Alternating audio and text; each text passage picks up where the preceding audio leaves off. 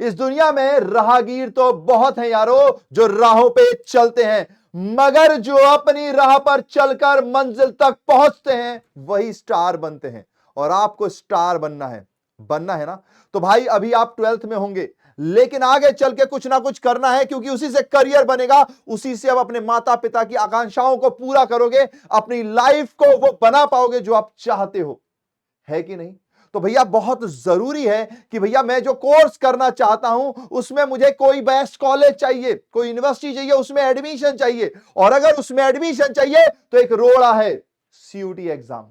उस रोड़े को कैसे फोड़ूंगा मैं, कैसे उसकी तैयारी करूंगा, इसके लिए निक्कू भैया आए हैं और आपके लिए बहुत खास रोड मैप लेकर आए हैं। तो आओ जरा देखते हैं इसको, क्योंकि अब अपने को बनना है स्टार, रॉक स्टार, है ना।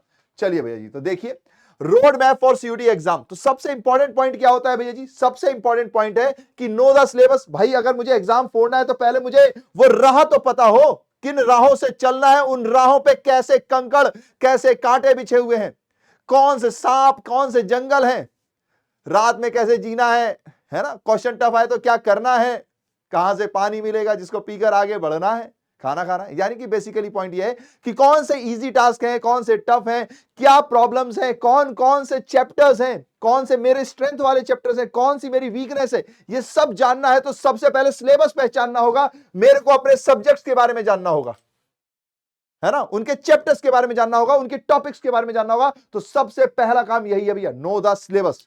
Second point theory.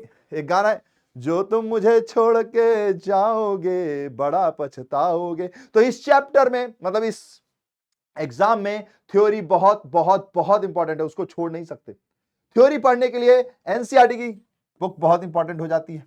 कई चीजें एनसीईआरटी में कम भी है, कई सब्जेक्ट्स में एनसीईआरटी नहीं, रिफ्रेशर्स बुक्स ही फॉलो हो रही हैं, लेकिन आपको एनसीईआरटी को प्रेफरेंस देनी है, फिर रिफ्रेशर को भी साथ में रखना है, ताकि कोई भी वजह आपके हार का कारण ना हो। सब कुछ जो भी हो सकता है वो सब हमें करना है, ठीक है जी। तो थ्योरी को छोड़कर नहीं जाना, वरना बाद में पछताओगे, ठीक है जी। फिर प्रैक्टिस करनी है, क्योंकि थ्योरी करके क्या करेंगे भैया, कॉन्फिडेंस कहां से लाएंगे? तो प्रैक्टिस करनी है, क्योंकि सीयूटी का एग्जाम एमसीक्यू बेस्ड है, तो मुझे एमसीक्यू क्वेश्चंस करने हैं। इसमें कई बार पता है क्या होता है, 4 ऑप्शंस होते हैं, सारे सही लगते हैं, कई बार ऐसा होता है 2 सही लगते हैं, कंफ्यूजन हो जाती है। तो कौन सा चूज करें, किस सिचुएशन में, ये सब की आपको आदत तभी लगेगी, इस सब का इंटेलिजेंस आपके अंदर तभी आएगा जब आप प्रैक्टिस करोगे। थ्योरी पढ़ के नहीं आता, इसको ऐसे घुमा फिरा देते हैं थ्योरी को, तो ये भी जरूरी है भैया जी। फिर प्रैक्टिस क्वेश्चन करोगे एमसीक्यूज की, तो मॉक टेस्ट जरूर लगा लो, ताकि आपको पता तो चले कि आप सही कर रहे हो कि नहीं। प्रैक्टिस करते वक्त तो ठीक है, लेकिन गलतियां रिपीट हो रही है कि नहीं, ये सब देखना पड़ेगा। फिर पीवाईक्यूज लगा लोगे तो कॉन्फिडेंस और आ जाएगा, छाती 56 नहीं 108 इंच की हो जाएगी भैया, समझ गए जी। तो ये स्टेप्स फॉलो करने, और फिर इसी को रिपीट करो, यानी आर क्यूब फॉलो करना है। क्या भैया जी? इसी प्रोसीजर को रिपीट कीजिए, रिवाइज कीजिए, रेक्टिफाई कीजिए, यानी जब जब गलतियां हो तो सुधारिए उसको, फिर से वापस से सर्कल चलाते रहना है, ठीक है जी। अच्छा, एक बार अगर सिलेबस अच्छे से समझ गए तो फिर ये दोबारा नहीं चलाना है, फिर ये दोनों स्टेप्स दोबारा चलाने। तो जितनी बार चलाओगे उतनी बार याद करते जाओगे, उतनी बार गलतियां करोगे तो उतनी बार सीखोगे, तो गलतियां धीरे धीरे कम होने लग जाएंगी और धीरे धीरे आप अपनी मंजिल के करीब पहुंच जाओगे। वो कोर्स जो आपको चाहिए, वो करियर जो आप अपने लिए बनाना चाहते हो, उसमें जो कॉलेज आपको चाहिए, जो यूनिवर्सिटी आपको चाहिए, उसके करीब आप पहुंचते जाओगे। अब पॉइंट क्या है भैया जी? पर भैया अभी तो हम 12th क्लास में हैं, बोर्ड की प्रिपरेशन करें कि सीयूटी की करें, ये बड़ी कंफ्यूजन है भैया। तो आओ उस पर भी बात करते हैं। तो देखो भैया जी, अगर अभी आप ध्यान दोगे तो आपके पास कितना टाइम लेफ्ट है? अब मुझे नहीं पता ये वीडियो आपको कब मिलेगी, मैं मान के चल रहा हूं एग्जाम्पल के लिए कि 10 अक्टूबर तक आपको ये वीडियो मिल जाएगी। तो भैया अक्टूबर में 20 दिन रह गए, ठीक है जी, है ना। अक्टूबर में 20 कह लो, 21 कह लो, चलो, क्योंकि अक्टूबर 31 का होता है भैया जी, है ना। तो अक्टूबर 31 का होता है भैया जी, वरना कोई ना कोई कह देगा है भैया एक दिन कम लिख दिया आपने, है एक दिन कम लिख दिया। तो लो भैया 21 कर दिया, तो लो भैया यहाँ पे 143 हो गया। अब ये देखना है कि सीयूटी से आपको प्यार है या नफरत। तो आई लव यू भी होता है और आई हेट यू भी होता है। 143 बड़ा स्पेशल है, चैट में लोग लिखते रहते हैं बार बार, ठीक है भैया जी। तो भैया ये 21 डेज है, नवंबर के 30 डेज हैं, दिसंबर के 31, जनवरी के 31। तो अगर आप गिनोगे तो 20, 30, 50 और एक हो गया 51, फिर 30, 80, 80 और 30 110 और 3 तो 113, 113 और 30 143। अब पॉइंट क्या है भैया जी कि आपके मन में है भैया बोर्ड एग्जाम चल रहे हैं भैया, क्या करें? बोर्ड की तैयारी करें, सीयूटी की तैयारी करें? तो प्लीज ध्यान दीजिए भैया, फॉर प्रिपरेशन अगर आपको सीयूटी की तैयारी करनी है तो बोर्ड एग्जाम के साथ करो ना भी तैयारी, साथ करो। करो ना रे बाबा, करो, करने से होता है भैया, बहुत लोगों ने किया भी है। अब पॉइंट आता भैया कैसे करें?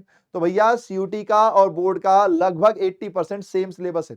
आप बोर्ड के एग्जाम में एमसीक्यू की तैयारी करते हो ना, तो इसमें देखो ना एमसीक्यू ही तो है यहां पर, ये देखो एमसीक्यू बेस्ड है। बस यहां पर थोड़ा सा सीक्वेंस वाइज सवाल ज्यादा आते हैं, थोड़े से ट्रिकी सवाल ज्यादा आते हैं, थ्योरी ज्यादा डीपली होती है, ये थोड़ा सा एक्स्ट्रा आपको करना पड़ता है। तो 80% कॉमन सिलेबस है भैया, तो प्लीज अभी से तैयारी करो। क्यों? क्योंकि भैया अभी आपके पास अक्टूबर है, नवंबर है, दिसंबर है, जनवरी है, यहां पर आपके हाफ ईयरली में मान के चल रहा हूं सबके हो गए होंगे, pre board 1, pre board 2, pre board 3 आएगा। तो ये आपकी प्रैक्टिस का टाइम है भैया जी। अब प्री बोर्ड 1 में आपने कुछ मान लीजिए आपने पूरा सिलेबस नहीं किया, चलो आपने 6-8 चैप्टर कर लिए होंगे, 7 चैप्टर कर लिए होंगे प्री बोर्ड 1 में, प्री बोर्ड 2 में 3 चैप्टर कर लोगे, तो टोटल एक तरीके से आपका अगर 10 चैप्टर का सिलेबस है तो आपका पूरा हो गया कि नहीं हो गया? अब प्री बोर्ड 1 और प्री बोर्ड 2 के बीच में जो टाइम है उसका क्या करोगे? क्या वही चीज बार बार पढ़ोगे? है ना?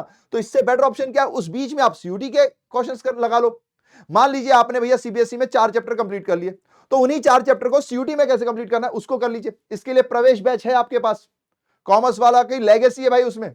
इस बार एसआरसी में हमारे भर भर के बच्चे गए हैं, हंसराज में भर भर के बच्चे गए हैं, हिंदू में भर भर के बच्चे गए हैं, है ना? हमने वीडियोस भी डाले हुए हैं बच्चों की। तो भैया जी प्रवेश बैच है, आप वहां से तैयारी कर सकते हो। बट बेसिक पॉइंट क्या है यहां पर कि भैया अगर आपने 4 चैप्टर कर लिए तो फिर जो खाली टाइम बच रहा है आपके पास प्री बोर्ड के बीच में, उसमें आप तैयारी कर लो, क्वेश्चन ही प्रैक्टिस करनी है। थ्योरी आपने पूरी अच्छे से पढ़ी है तो, वरना थ्योरी को थोड़ा डीपली पढ़ना पड़ जाता है। समझ रहे हो आप? तो यही पॉइंट है कि भैया इनके बीच में जो भी टाइम मिलेगा आपको, अगर मान लीजिए आप कह रहे हो कि भैया बीच में मेरा नवंबर को, भैया नवंबर में मेरा भैया प्री बोर्ड 1 है, भैया दिसंबर में प्री बोर्ड 2 है, जनवरी में 3 है, या जब भी है, तो बीच में जो टाइम है उस टाइम पे पढ़ो आप। उस टाइम पे क्वेश्चंस वैसे करो जैसे सीयूटी में आते हैं, है ना? तो आपकी बोर्ड की एग्जाम की तैयारी भी होगी, सीयूटी की भी होगी। Where there is a will there is a way, जहां चाहे वहां राह है, और जहां नहीं पढ़ना तो फिर नहीं पढ़ना है, फिर तो कोई कुछ भी करता रहे, है ना? तो ये पॉइंट है। क्योंकि देखो अगर आप अभी तैयारी कर लोगे ना, तो मैं मान के चल रहा हूं जनवरी के बाद फरवरी और मार्च ये तो आपकी बोर्ड की तैयारी में ही जाएगा, यहां पर आपको सीयूटी का कोर्स भी नहीं करना।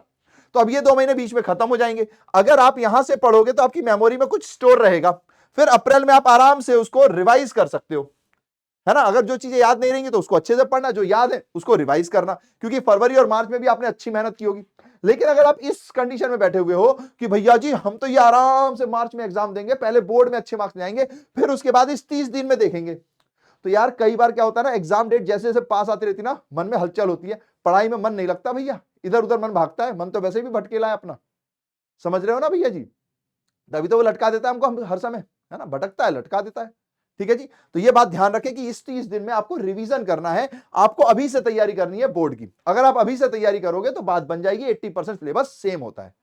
और मैंने आपका वो भी सॉल्यूशन दे दिया कि भैया बोर्ड भी कर रहे हैं, सीयूटी भी कर रहे हैं, कैसे करें? भैया जी ये जो बीच डेज में जो गैप्स आते हैं ना उसमें करो, या फिर जब आप बोर्ड एग्जाम में एमसीक्यूज की तैयारी कर रहे हो तो सीयूटी के एमसीक्यूज भी लगा लो बीच बीच में, है ना? प्रीवियस ईयर क्वेश्चन से लगा लो, मॉक टेस्ट दे दो, बात खत्म। कोई नहीं रोक सकता आपको, अगर आप सिर्फ राहगीर नहीं स्टार बनना चाहते हैं, मंजिल तक पहुंचना चाहते हैं तो। और नहीं तो फिर तो आप हमेशा ही भटकते रहेंगे, राहों में चलते चलते लोगों ने अपनी जिंदगियां भी गंवाई हैं और मंजिल के पास भी नहीं पहुंच पाए हैं। ठीक है जी?